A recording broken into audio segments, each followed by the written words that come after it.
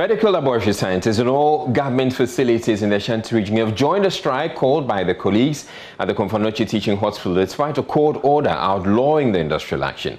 The court order barring the lab scientists from proceeding with their strike was secured by the National Labour Commission on Friday. The striking lab scientists have remained resolute in their demand for the withdrawal of the 2 medical doctors posted to the Laboratory Services Directorate of the Konfanochi Teaching Hospital. NLC has more in this report. All laboratories at the Konfanochi Teaching Hospital remain locked with red clothes hanging at the doorpost, signifying their grievances. Today, benches in front of the laboratories are empty. Efforts to get the lab scientists to explain reasons they continue to strike have proven futile. At the Konfanochi Teaching Hospital, arrangements have been made with private facilities for laboratory needs. Public Relations Officer Kwame Frempong explains.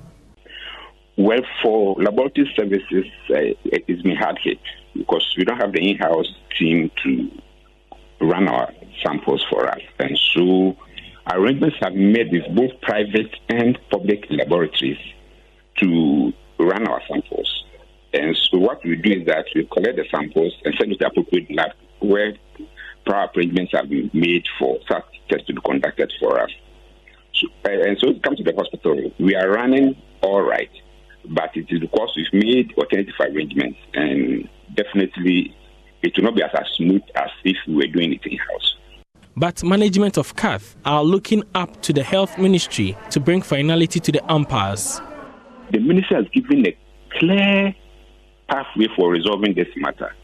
It has made a very direct commitment to all the parties that this has lingered on for too long, and that for once it ought to resolve it. I think we need to give the ministry the space and time to do this, because I've not seen such a declaration of commitment to find a final solution to this matter since I joined the ministry years ago.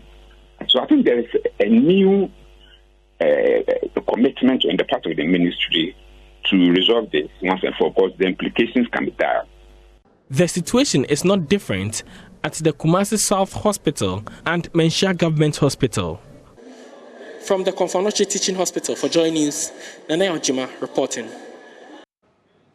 Now, Labour expert Austin Gamey, meanwhile, says the adversarial approach of attempting to intimidate and compel the striking laboratory scientists to call off the ongoing industrial action is a wrong approach that should not be used in any negotiation, particularly in a sensitive area like the health sector.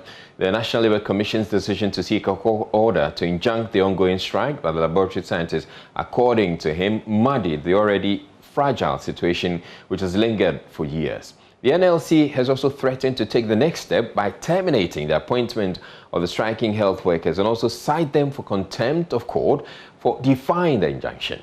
But in an interview with Joy News, Mr. Gamey called the bluff of the NLC and asked for cool heads to prevail to prevent a total breakdown of the country's healthcare system.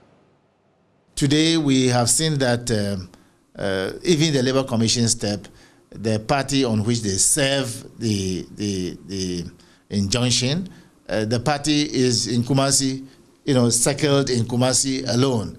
The rest of them say, we don't know, we are not party to that. It's Kumasi.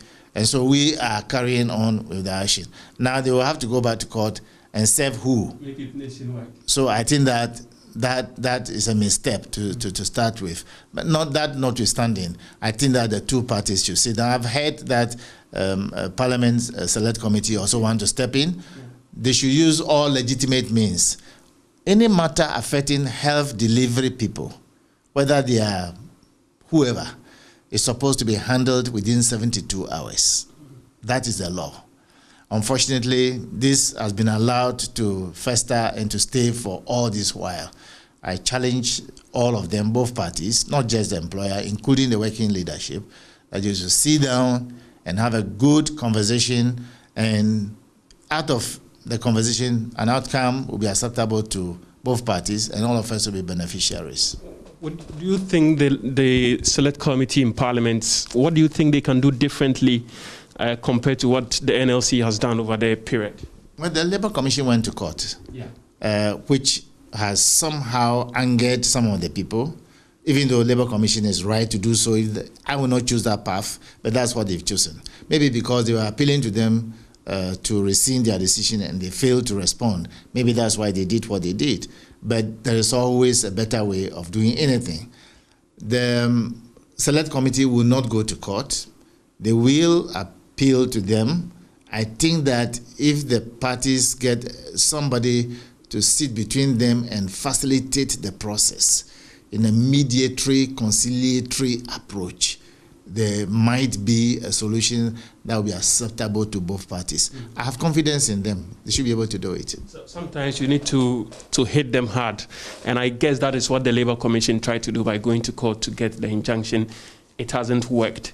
Now, the consequence or the ramification could be that these lab scientists could lose their jobs.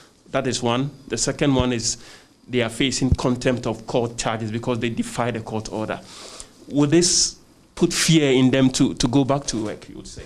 Well, the one on whom they serve the injunction, that is the Kumasi chapter chairman and his charges. They are the people who they will haul to the court because they are the only people who have been injuncted by the court. I think that was even a misstep, you know. Under normal circumstances, industrial relations, we don't play it in the court arena. We have a very flexible Labour Act that could help them navigate through the muddy waters and resolve their differences. Maybe his approach, I may not approach it that way, but I think a lot of effort have been put into it by the parties who are responsible. They should take further steps to bring the parties' attention to it. I've been following it keenly, to be honest with you.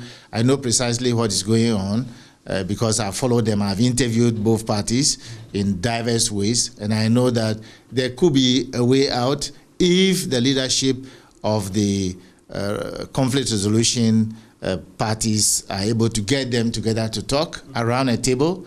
They are all open to resolving the matter.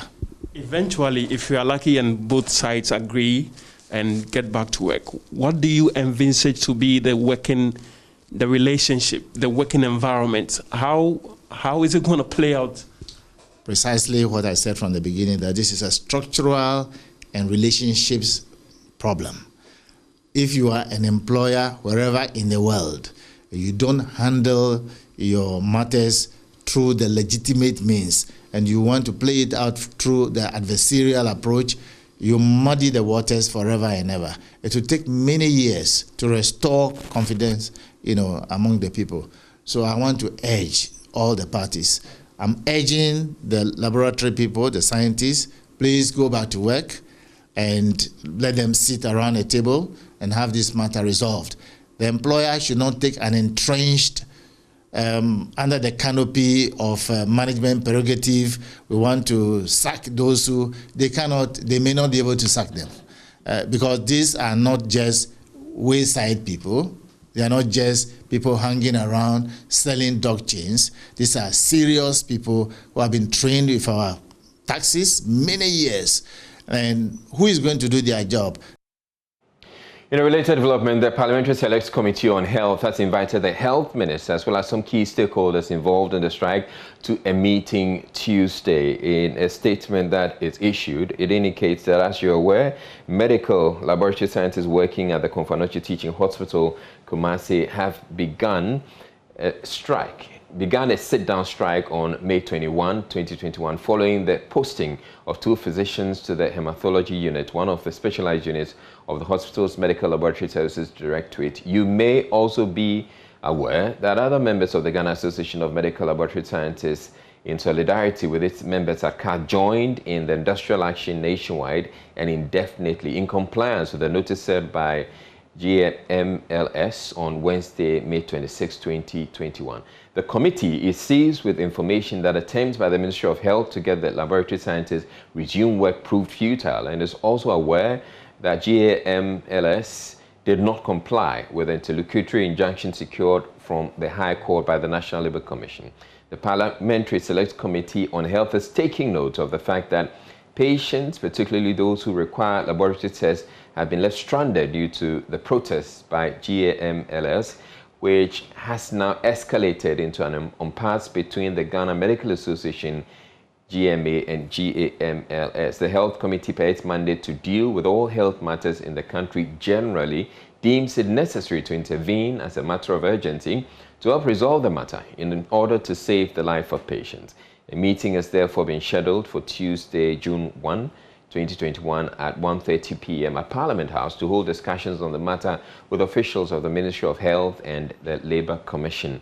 I'm directed by the Honourable Chairman of the committee to invite the Honourable Minister, the Chief Director, the Director of Policy Planning, Monitoring and Evaluation, and the Director of Human Resources at the Ministry of Health. I'm also directed by the Honourable Chairman to kindly request the Ministry to extend an invitation to the management and representatives of the teaching hospitals, the Ghana Medical Association, Society of Laboratory Physicians Ghana, the Ghana Association of Medical Laboratory Scientists, the Society of Medical Laboratory Managers Ghana, the Health Facilities Regulatory Agency, and the College of Physicians and Surgeons, Faculty of Laboratory Medicine. The committee will be grateful to have the meeting facilitated by the Ministry of Health, and it is signed by Michael Moating, Assistant Clerk to the Health Committee.